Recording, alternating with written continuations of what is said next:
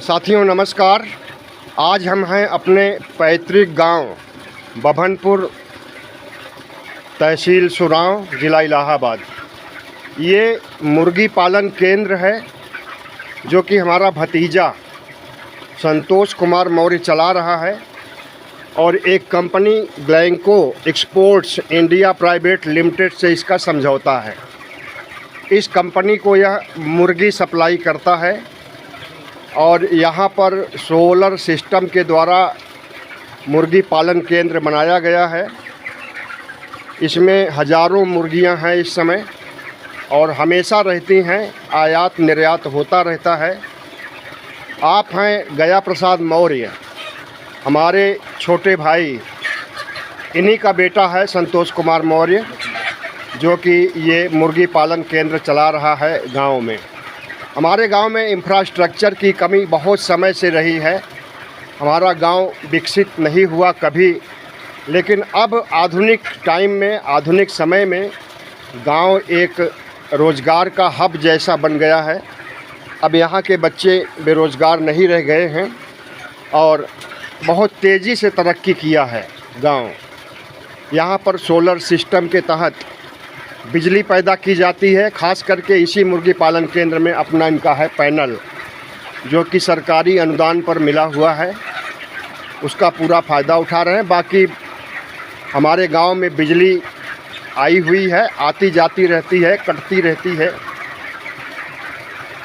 तो आज हम बहुत दिनों बाद अपने गांव आए हैं, पैतृक गांव। हमने सोचा अपने गांव का एक नज़ारा आपको दिखाएं और गांव कैसे तरक्की कर रहा है, बच्चे कैसे तरक्की कर रहे हैं, उसका एक नमूना आपके सामने पेश करें। हमारे भाई गया प्रसाद मौर्य हमारे साथ ही पढ़ते थे और 1978 में इन्होंने हाई स्कूल पास किया था।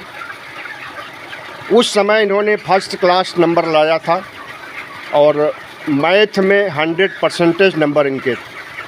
एक होनहार छात्र के रूप में थे। उसके बाद इन्होंने ITI किया, लेकिन ITI छोड़ करके ये लेखपाल बन गए सुरांव तहसील के। रिटायर्ड हो चुके हैं। हम दोनों लोग 63 साल के हो गए हैं।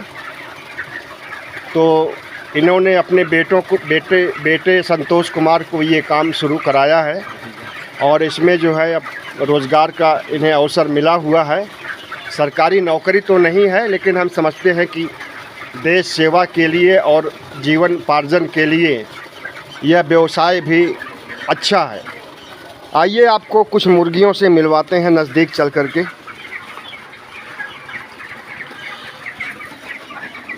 हाँ, ये दाना चुग रही हैं।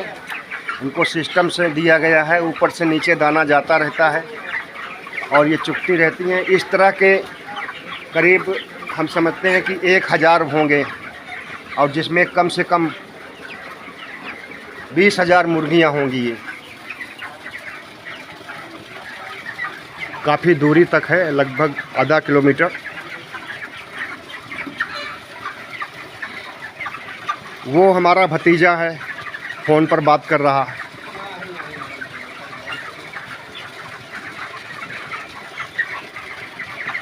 कुछ बदबू सी आ रही है, पहली बार हम आए हैं यहाँ पर। और इस तरह के और भी कई मुर्गी पालन केंद्र हमारे भतीजों ने बनाया है और गांव की तरक्की सुनिश्चित कर रहे हैं। संतोष, आओ कुछ बात करेंगे।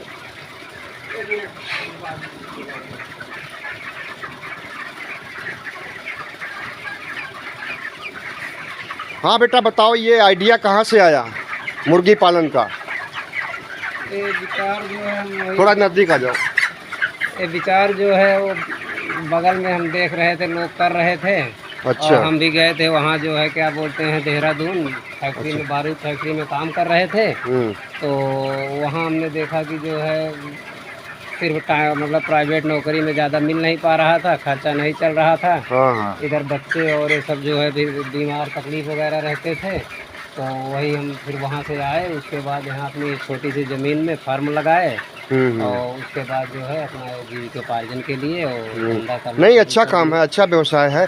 तो इसमें कितना अर्निंग महीने में हो जाती होगी?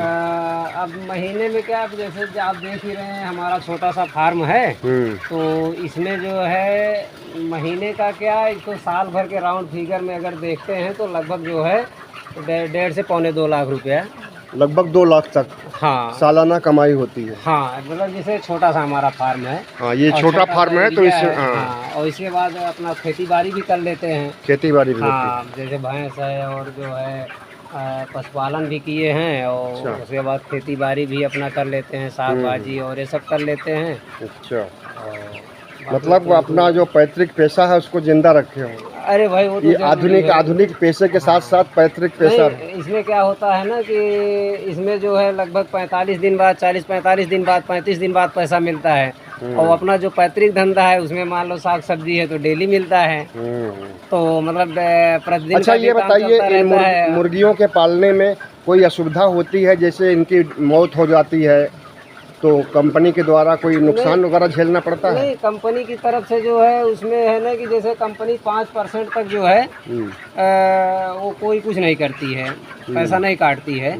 उसके बाद जो है जब उसका जो है वो होता है, लेकिन ये बैंकीज में था, लेकिन ये बैंकों में वो जो उसका कोई नहीं करता है। बच्चे जब मतलब अगर खत्म हो गए तो उसका पैसा नहीं करता है। अच्छा, इनकी कोई महामारी वगैरह भी आती है कि एक साथ आती जाती रहती है तो एक साथ सारी मुर्गियां मर जाएं जैसे? नहीं, ऐसी अभी तो उसका नुकसान कंपनी झेलती है या तुम झेलते हो? देखो, कंपनी तो झेलेगी ही, और उसके बाद जो है अगर नुकसान हो जाएगा तो हमारा भी तो उसमें लॉस होगा। भाई, हमें भी पैसा नहीं मिलेगा तो कंपनी का तो नुकसान है ही, हमारा भी नुकसान है, लेकिन ऐसा अभी तक हुआ नहीं है। बाकी थोड़ा बहुत जो इसके है, जैसे रानीखेत है और गम्बोरो, ये सब जो बीमारियां हैं उसका टीकाकरण होता है। टीकाकरण? हाँ, उसका जो है वो वैक्सीन आती है। तो वो वैक्सीन जैसे 7वें दिन, उसके बाद 14वें दिन मतलब इसकी वैक्सीन लग जाती है। अच्छा। तो महामारी आने का खतरा लगभग जो है वो 0 हो जाता है। और बाकी थोड़ा बहुत तो इधर। चलिए, ठीक है संतोष जी, बहुत अच्छा लगा देख करके। हमारे दर्शक देखते हैं तो क्या कमेंट करते हैं हमें नहीं पता, लेकिन इतना है कि जानकर खुशी होगी कि हमारा गाँव किस तरह से तरक्की कर रहा है। आइए गए प्रसाद जी, बाहर आते हैं।